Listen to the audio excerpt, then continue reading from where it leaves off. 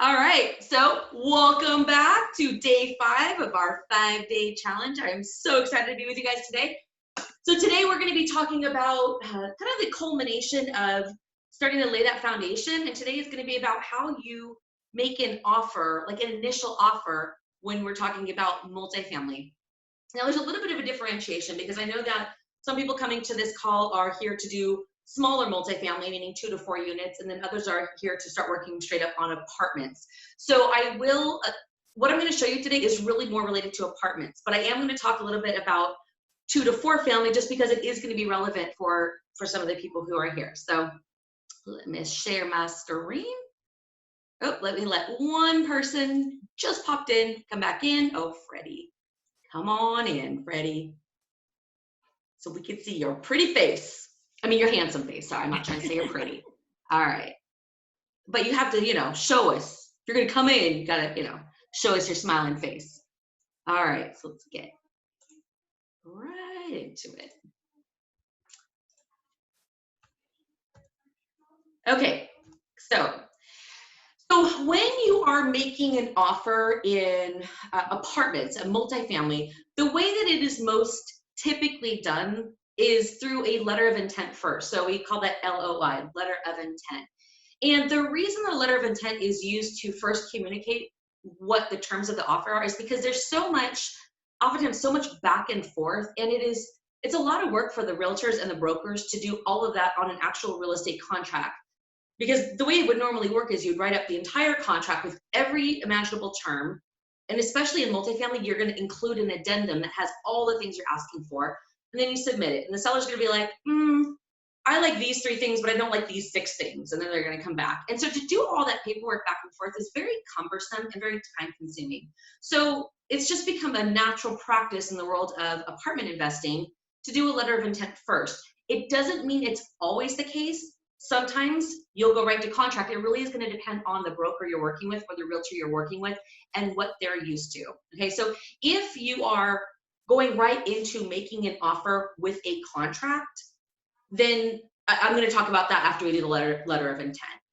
But if they don't suggest one way or another, you're going to let them know, I'd like to submit a letter of intent. Okay, because that's going to indicate to them that you know what you're doing, you have some experience, because that is the way that it's typically done when it comes to apartment investing. All right, so how to communicate your first offer. You're going to be having on the letter of intent, and the letter of intent is not binding. It is just simply your way of saying, hey, I'm interested in maybe, working something out. I'm interested in your property. Here's the address of the property. Here's the purchase price. Here's the due diligence timeline I'm asking for, and here's the closing timeline. So let me give you an example of this, of someone that just went through this in our mastermind. You might have heard me talk about Vomsi on the Facebook page, or actually probably even in this 5-day challenge. So she originally came to us because she wanted to buy an apartment complex. So she's like, I think I want to start with maybe 20 units or so. She didn't have any experience in it yet, but she'd done some land investing, and she wasn't interested in doing 2 to 4 families. So she's jumping right to 20 units. And what she ended up finding was something that was a 12-unit townhouse project. So that's actually more of like a portfolio purchase. Although because the way the townhouses are laid out, 7 of them under one roof, 5 of them under another roof, it's almost like an apartment building that just has 2 buildings and 12 units.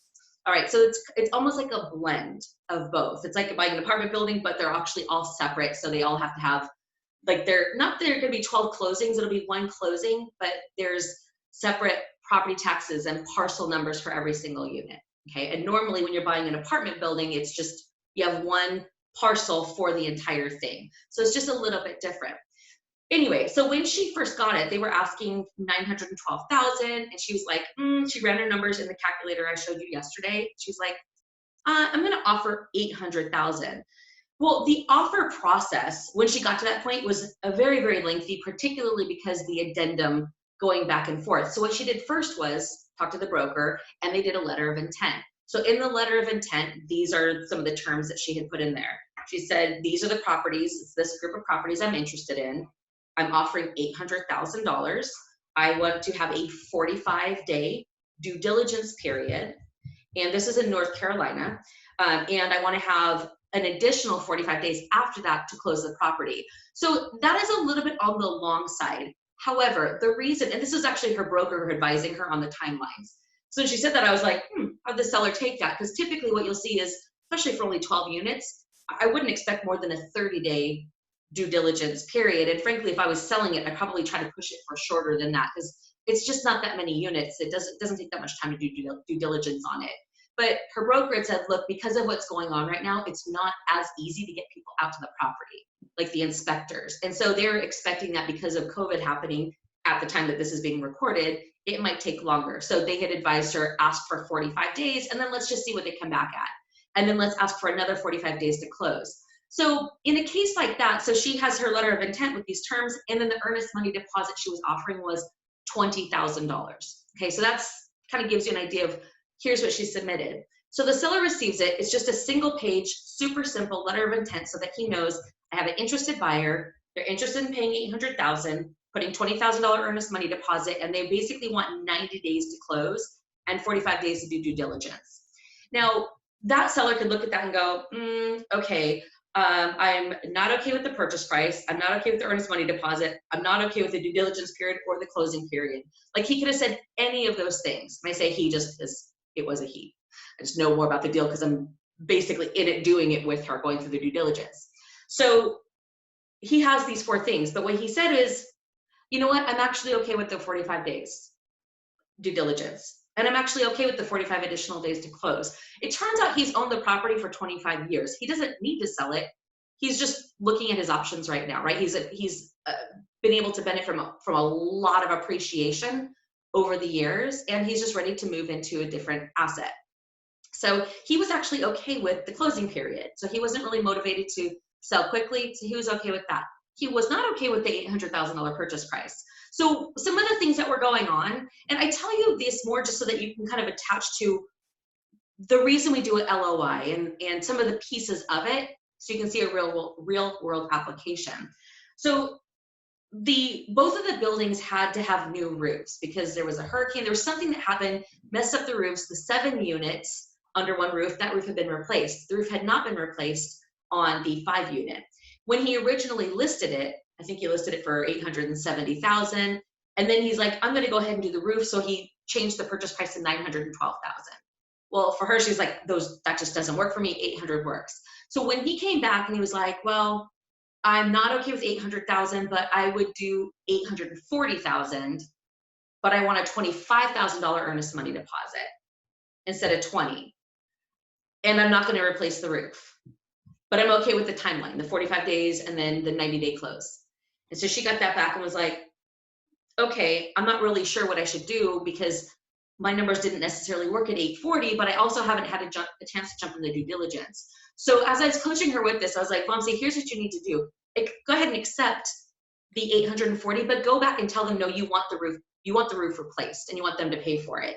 And if so, you'll agree to the 840 for now, just to get you in the deal. I don't know whether 840 is going to be the right purchase price or not. We need to get in there and see, because one of the things that we identified during this particular project early on is that he hadn't been raising rents regularly. So he was not actually at market value for rents. They had recently done 2 turnovers, and at the time she made the offer, they were being marketed. So it was kind of like they were testing out to see whether they could get $750 a month. Most of the units are getting $600 right now, but market rent appeared to be $750. So they did like a refresh, did some new flooring and paint, but that was pretty much it. Like, kitchens were still fairly outdated, but they did like a refresh on them, and sure enough, they got them rented out for $750. So what that tells us is that the other 10 units, as people move out and she does a refresh, she's going to be able to get those rents up. So what I told her is, look, this is your first one.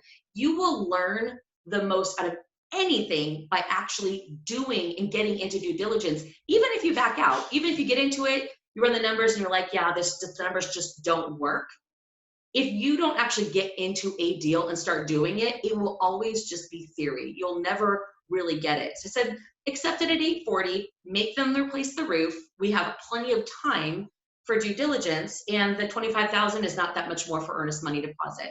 So she went back. So they just did some negotiating back and forth on an LOI before it got really deep. And then once all the terms were agreed to, 840 purchase price, seller replaces the roof on the 5 unit, $25,000 earnest money deposit. 45-day due diligence, and then 90-day close.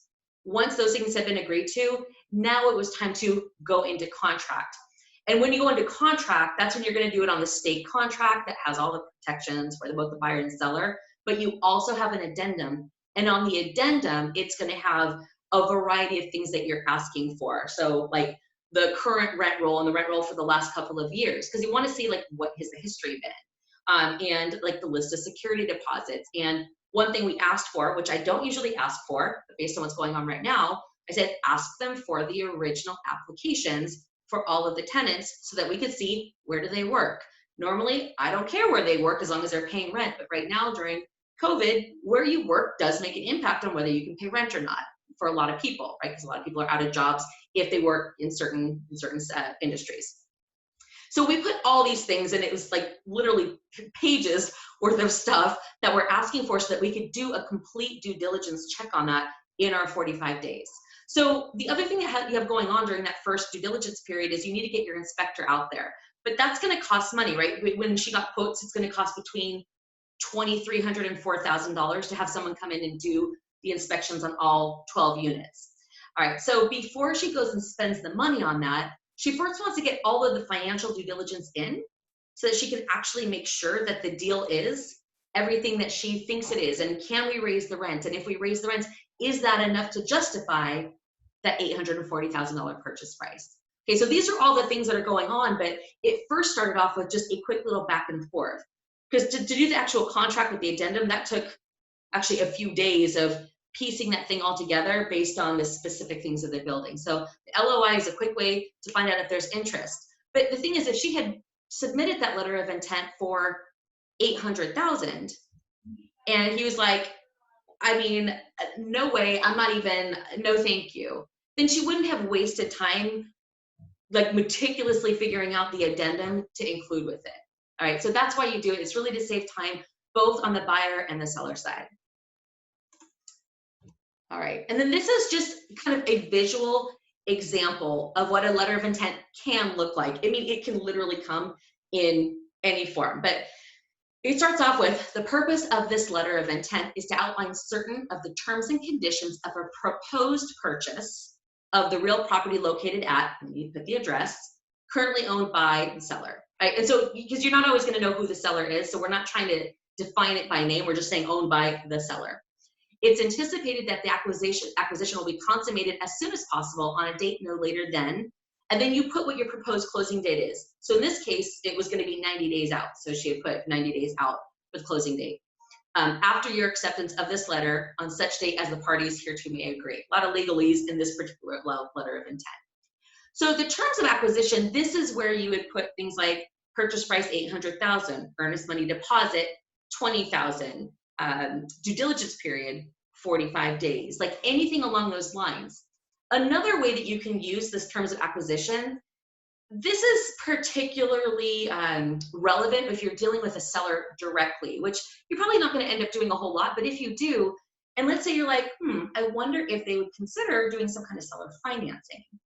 So if you're like, I wonder, one could be a cash offer, although, a cash offer where you talk about $800,000 would be a lot of cash to come up with quickly, but you can make one be a cash offer, which would be substantially lower than any other offer you make. It would almost be like a ridiculous offer, but it's all cash.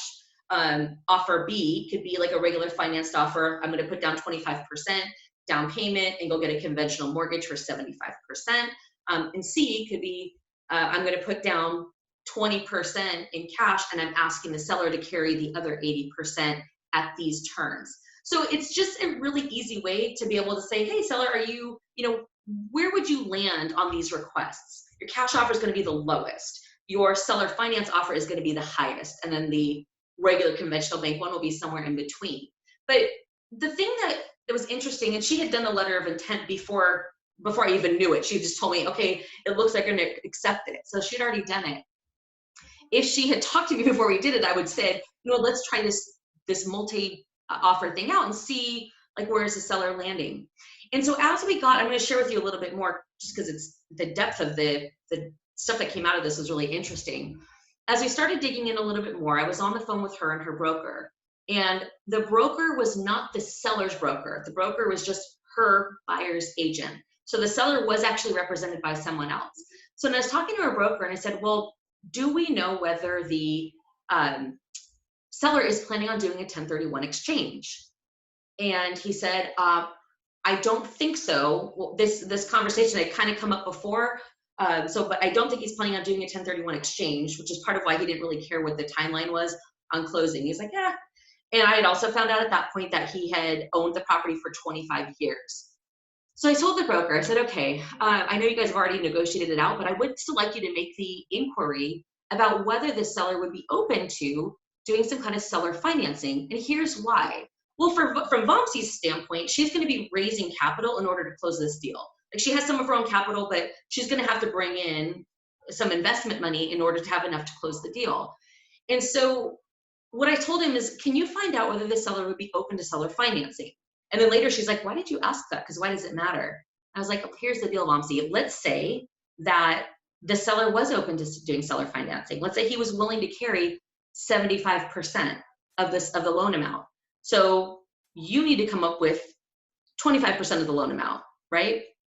So you have no outside bank. If you're able to do that on your own, actually, I'm sorry, that wasn't the exact example. It was more if he was willing to carry more, if he was willing to carry like 80 to 85%, you could actually do this deal completely on your own without any outside investors, right?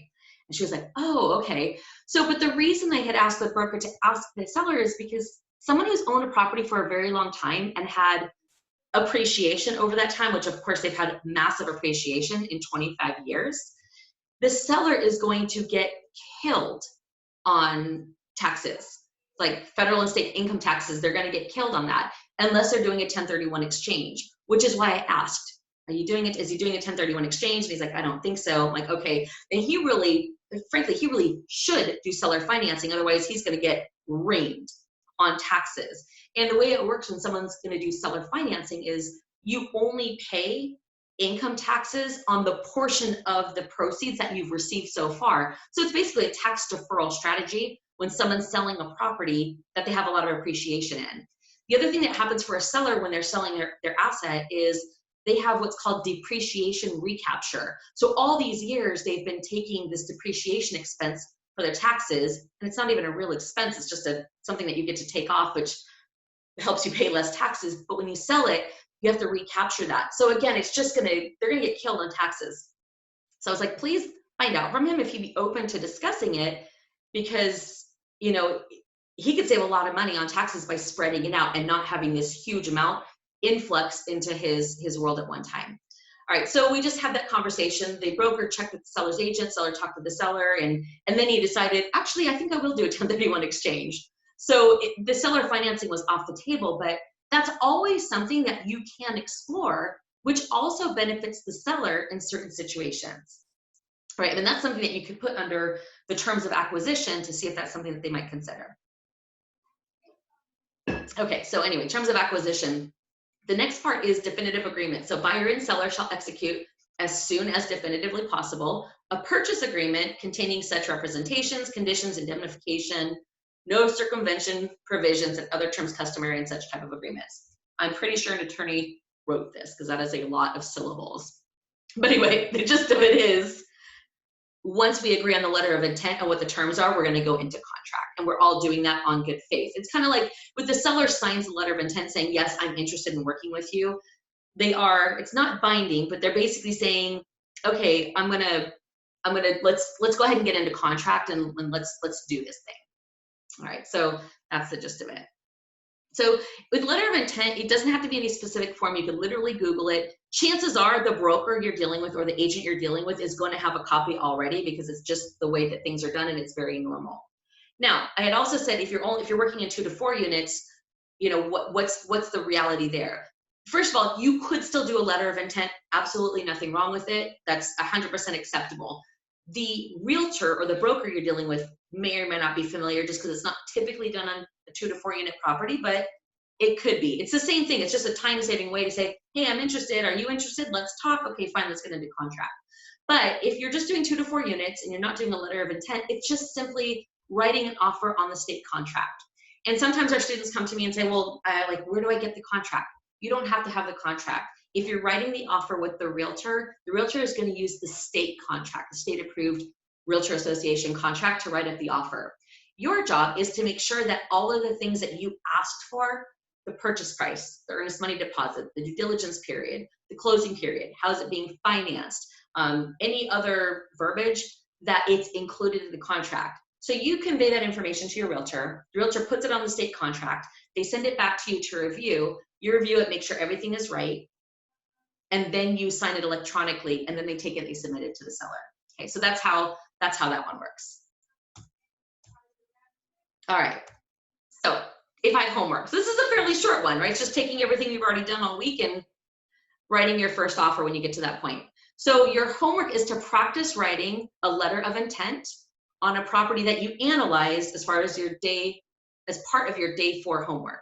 All right, and I'm not saying you have to submit it, but I do want you to practice writing it up, because it's the doing of the things that you're learning that really make you go, okay, you know what, that isn't that hard. Now that I've done it, I realize, okay, I'm downloading a sample letter of intent off the internet and I'm typing in the terms. Okay, I can do that.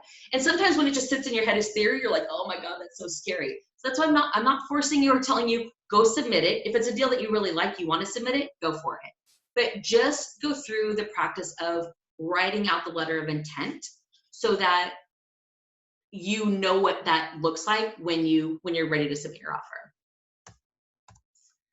All right, so you made it. So I want to do some closing thoughts with you guys, and then we're going to do just open Q&A. All right.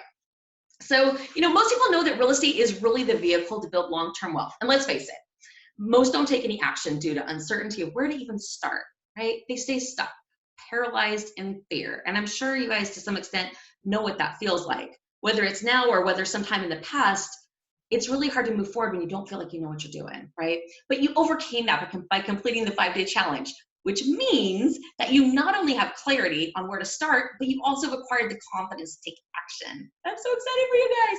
And now that you've invested your time in the last 5 days really learning and implementing and building your skills, which I know you'll continue to do, you now have the foundation set for your business. So you know how to, 1, analyze a market, 2, build a team, 3, get lead generation going, 4, do financial analysis, and then 5, of course, is submit offers, right? So I just want you to take a minute and just recognize where you are now compared to where you were before, where it was like, oh, I want to, but I don't even know where to start.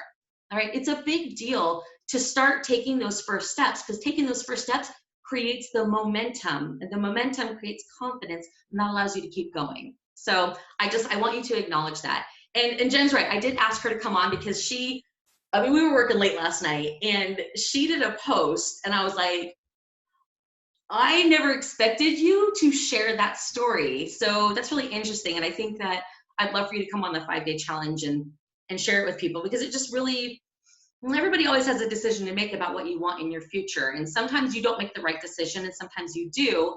And if you make a decision that you don't feel is the right decision, who wants to share that? Because it's like, ugh. But she shared it publicly on Facebook, so I wanted to have her share it with you guys. But so here's the thing, your next step, so when you get to the point where you actually submit that letter of intent, they say yes, or they come back and you agree, put it in a contract, what's next for you is the thing that usually freaks everybody out to death, which is you get the call, your offer's been accepted. And of course you throw up because you're in a complete panic. But that's really what's next. So anyway, I wanted to have Jen just kind of share her thoughts and share her story a little bit, and then we're going to do an open Q&A at the end. So let me stop my sharing. Oh, and you're putting me on the big screen, right on. No slides to lead on. I just got to be right here, right? I know you can do it. Much love. Yeah, I don't know how many of you actually saw the post, so I wanted to try to give some context. But back in 2002, and it's just really fucking painful to talk about because of how much money was left on the table. And I'll just leave it at that. But back in 2002, I was raised, my dad pretty much told me the only way to wealth is through real estate. And he kept telling me, no matter what, make sure you get into real estate. And I was like, yeah, that's cool. But at the time I was like, I don't know how to do that. Right. So I had this goal that by the time I was 25, I was going to go ahead and get into real estate and do all the things. That didn't come to fruition. I ended up in corporate America as a leader, scaling the ranks, right, and trying to get up into whatever was the, you know, proverbial you've made it status as an executive leader. And I was doing pretty good. And then I decided, hey, things are pretty stable. I'm going to go ahead and do it, right? I'm going to go ahead and try. And my brother at the time came to me and he said, hey, I know this lady, and she's got all these really cool ideas on, you know, foreclosures, and she's got this listings, and like, we could do this, right? And I was like, he got me all pumped up, and he had like the ability to sell a condom to a monk. So I was like, yeah, let's go. Sorry, I don't mean to embarrass you, babe. I was like, yeah, let's go. And he's like, you know, we could do it the old school way, man. We could do it sweat equity. There's all this really cool stuff. And I was like, well, shit, I don't know. You know, I work a lot. And back then, I believe I was at the point where I was working like 7 days a week, anywhere from 16, 18-hour days. And I was like, bro, there's no way we're going to be able to do this. He was like, oh, no, me and dad got it. You just do, you know, like the money and all the stuff and figure out the back end, and we'll do the sweat equity. And I was like, deal, right? So we took like 6 months, totally gutted this condo. I ended up like 3 weeks right after we finished it being told that I was transferring to like Southern California. And I was like, shit. And I don't know how many of you guys have ever been in corporate America facing a relocation or a transfer, but the only thing in my mind at the time was, dude, I got to hurry up and sell this thing and bounce. I got to get out of here. And at that point in time, I had a really cool opportunity where this friend of mine who had been investing for like the better part of 15 years, it may have even been longer. He approached me and he was like, I don't know if you realize, but you have a really cool opportunity here. You know, like you could either, yeah, you could go ahead and flip it, or, you know, you could hold it and rent it, and I could teach you all this. And, you know, I could like literally, you can come into my mentorship program. It's like $15K. And I was like, 28 years old, I have $15,000. And on top of that, I don't know if you heard me, but I have to relocate, right? So I'm like, I believe my absolute quote was, no, I don't have time for that, man, but thank you for the opportunity. And I sold the property, and I literally made $1,500 after 6 months, after all was said and done, after like calculating all the expenses that went into rehabbing it, calculating everything, it was $1,500. I was like, this was stupid. This was stupid.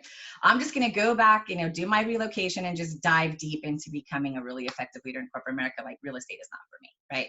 So I started to do that and kind of went my own way, dabbled here and there, trying to do things with my brother, who was super amped and convinced that sweat equity was the way to go.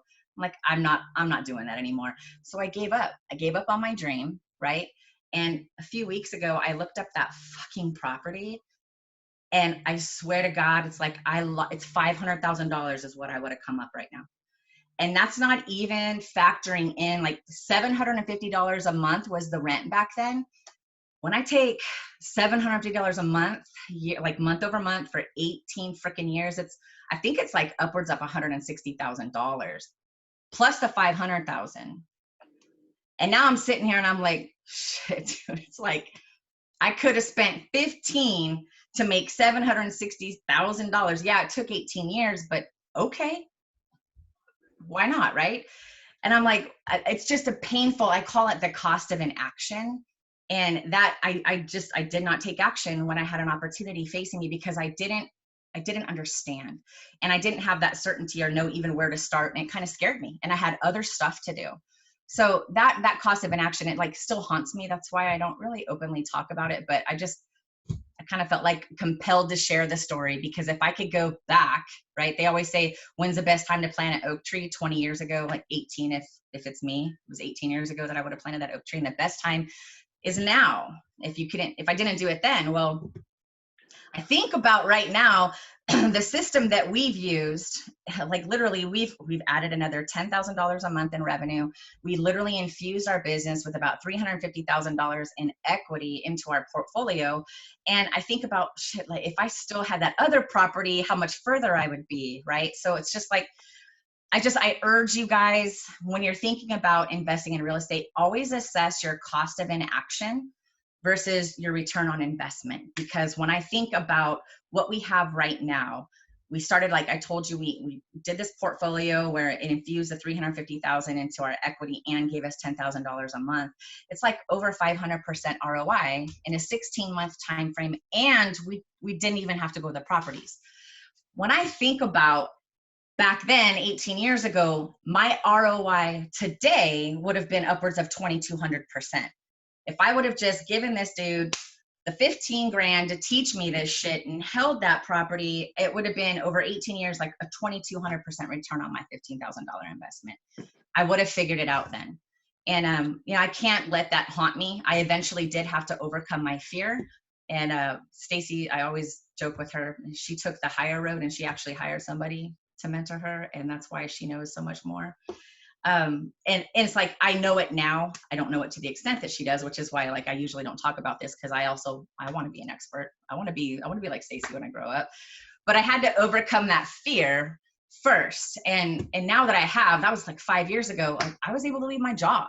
I spent 22 years in corporate America. I was able to resign, and it was life altering. And had I taken that action 18 years ago, I mean, I don't even know where I'd be. I'd probably be trying to sell that stuff and like get a huge ass apartment with Kimberly right now.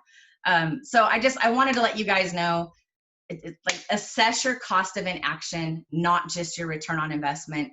Think about, like, a year from now, 5 years from now, 18 years from now, what is possible for you if you take the action today? Like, what's your oak tree going to look like in 18 years? It's disheartening. I hate to say, you know, I always say, oh, I don't live my life with regrets, but dude, that's a regret. It's a regret, and I hate admitting it, but it is. It's a massive regret. So I just want to let you guys know, we do have a proven system. We've used it. It's like, you know, I've seen the light. I've done the ways. And if you guys want to know more about that, on how to scale your business that way and use that system and implement it, reach out to me, and we can literally dive deep into where you are, where you want to go, and what the gap is, and how to get you there with the best plan. So I don't know. Did you want me to say anything else? No, that's good. Before I break out in tears. It's all good. Thank you for sharing that. And I think it is important. And at one point, you know, after 2008, 2009 happened, I was gun shy about getting back into rental properties and stuff like that, because that was a difficult time to go through. And I didn't really know it was coming, and it was very financially painful because of that. And at that point, it was funny. Jennifer had come back to me and was like, well, what's the cost of it? Actually, she pulled the same thing on me there. She goes, you have all this knowledge. And she's like, why aren't you doing cash flow? Because we were flipping at that point. And I was like, you know, I've done it. I've done the apartments. I've done all of it. 2008, 2009 was just so painful. I'm a little, some PTSD. And she's like, okay, but what is it costing us to not get back into it? You have so much knowledge. Like, this is stupid. We should be doing this. And I was like, yeah. And then so especially us, because like, we don't age, we level up, but we're on freaking level 46. Five. Oh yeah, shit, we are. Okay, 46 this year, don't right? age us. Hey, I'm leveling us up. I'm not aging us. But especially for us, because my whole why is I don't want to be exchanging my time for money forever. I want to be able to retire and enjoy things. And when I think about the cost of that inaction, it really gets me like lit up that I could have been that much closer to where I want to be. And I don't know. I can go. I'm sorry, but go ahead. Sorry. No, it's good. It's just a good point. And I think it's something that I think when someone isn't presented with that, like, it's not just the cost of what you're doing or what you're investing in. It's what is it costing you to not move forward and not take a step, to not analyze something and make that scary move, you know, with mitigated risk. It's the cost of it is very, very high. So that's all. I just thought that was a really good example. I'm just going to throw it out there because I'm so passionate about it, and I don't want people sitting on the fence. I literally partnered with Kimberly yesterday and said, could you help me create a beta for apartments, for people who want to get into apartments?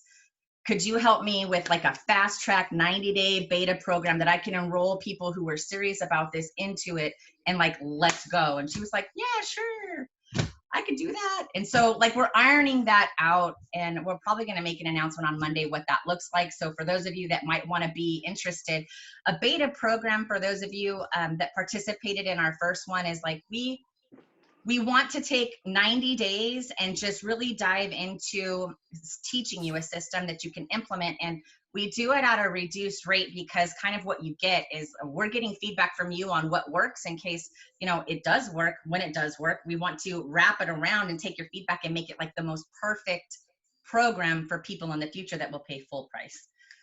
So if you're interested in getting in and learning and being a part of creating something that will transform lives, reach out to us because it's not as big of it's not the $15,000 investment that I was facing. It's less than that. So that's all I have. We'll have more of that on Monday, but hit me up if that's something that you're interested in participating in. We're looking for 25 qualified people that are action takers. Awesome. All right. Yeah. So that's an exciting thing. Kimberly and I have known each other for 13 years, and she's just like my sister from another mister. We're excited to do a project together, so it's cool. Okay, so now we're just open it for Q&A. Any questions you guys have on any of the content that we've taught? Yeah, anything at all. Just go ahead and unmute yourself and ask away. Unless there are no questions. I just want to confirm that the letter of intent is just for multi or two and up units. Because I'm working on submitting 3 offers tomorrow. But single family wholesaling. Yes. What are the 3 properties? What kind of properties are they? Single family, but for wholesaling. Got it. Yeah, no, I would just use a regular contract is fine. Okay. So I have 44 in queue that the realtor sent me, distressed properties. 44 and what? 44 residentials. Oh, gotcha. Listings that he sent me. So I chose 3 out of the 44 so far, but I am working on the other one. So I'm just analyzing everything and just want to make sure, but he's going to send me the CMAs tomorrow. Awesome. Because he wasn't able to do them today.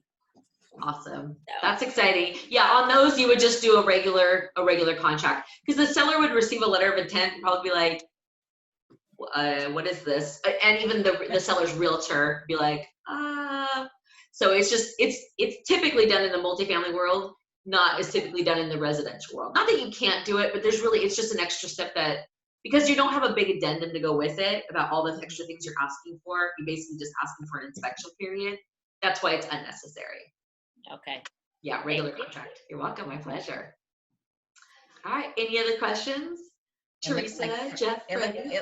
It looks like Freddie had one in the chat. Oh, I don't know if you see the chat. Okay. Yeah, I did not notice that the chat was down there.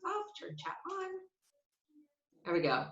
All right, Freddie, I had some trouble on yesterday's homework. Would I have to ask the worker for more information in order to find out NOI? It depends, Freddie, on what information he gave you. Do you want to unmute and talk through it? Okay. So the property I was looking at were on LoopNet. So I really didn't get to talk to a broker in regards to like the information on the property itself.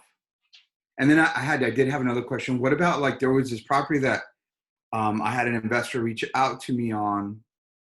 Well, it's some guy that joint ventured with before. And he's like, hey, look, I'm interested in getting into multifamily. I've got the money, I've got this, but he's like, I really don't know what I'm doing. I have like 4 rentals. I just jumped into them on the fly and they worked out. So he goes, but I know that I don't know everything. So I'm kind of like wanting to partner up with someone. And this multifamily that he sent me, it's pro forma. So there's really no information, like hard facts to go off of. So how would you work something like that? Or would you just kind of stay clear from that? You're talking about the property, you're talking about the property offering itself? Because you're really talking about 2 different things. And first of all, that's amazing. The partner coming in, that's amazing. I love it, very exciting. What kind of information? So in order to get NOI, you need to know what the revenue is, so the rental income, and you need to know what the expenses are.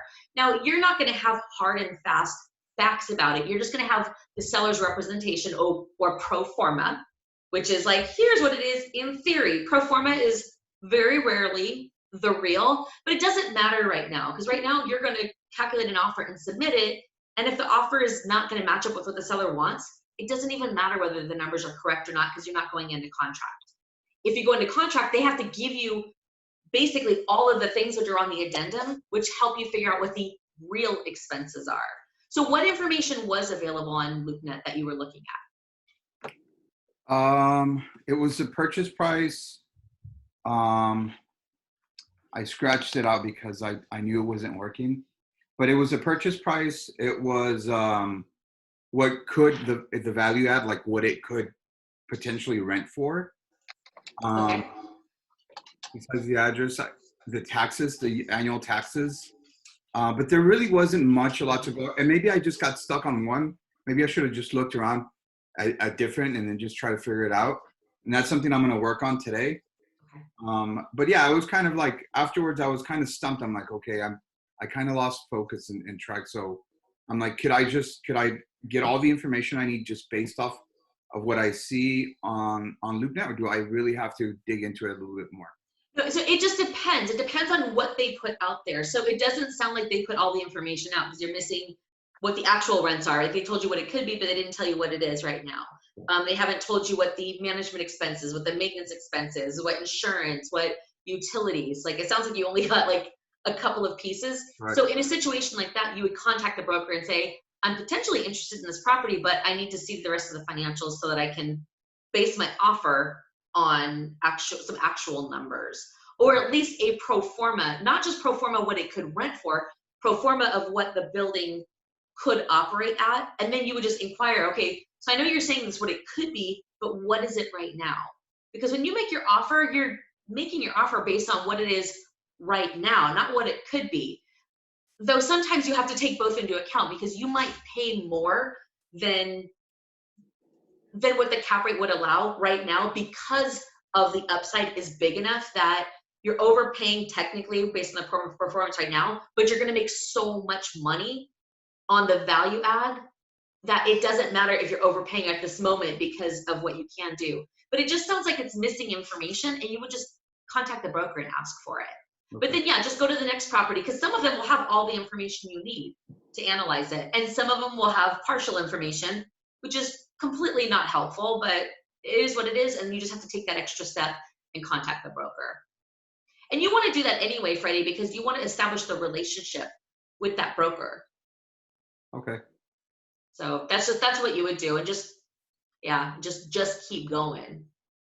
All right. Thank you. That's exciting though, about having somebody come in saying, I want to do this with you. I have money, but I don't really know what I'm doing. I don't want to do it. I tell people all the time, like if you're wholesaling, that's your perfect buyer because they don't know how to do all the stuff that we know how to do. Or if you're looking for private money or for partnership, that's the perfect lender or partner because they don't want to go through and spend time learning all this and figuring it out and building teams and doing that.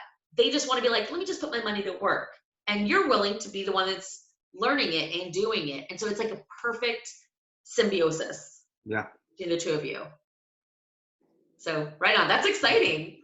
I love when I hear like things are starting to move. Philia's not here on our call today, but she had sent us a message last night saying, I don't know if it's the 5-day challenge or what, but because I've been starting to do some stuff, all of a sudden someone contacted me and then this and that. And it was like all these different things. And she's like, all this action started happening. So and I'm like, well, yeah, that's what happens when you do something, it creates something else, and then you start rolling with it. So that's awesome, Freddie. I'm excited for you. It's gonna be fun to watch your journey. Allie, ooh, good question. In which cases would you lose your earnest money deposit? All right, great question. So when you make an offer, you ask for a certain period of time for your due diligence. In some markets, it's called inspection period. In some markets, it's called due diligence period. So in North Carolina, it's actually called due diligence period. In many other states, it's inspection period. But anyway, so you have X amount of time, whatever you've agreed to between the buyer and the seller, to do your due diligence or to do your inspection. As long as if you decide, I don't want to do this deal after all, I'm backing out, there's too much wrong with it, or numbers don't work, whatever the case is, as long as you are backing out within the period that you've established in the contract, that your earnest money deposit is refundable. If you wait until the day after, it goes hard.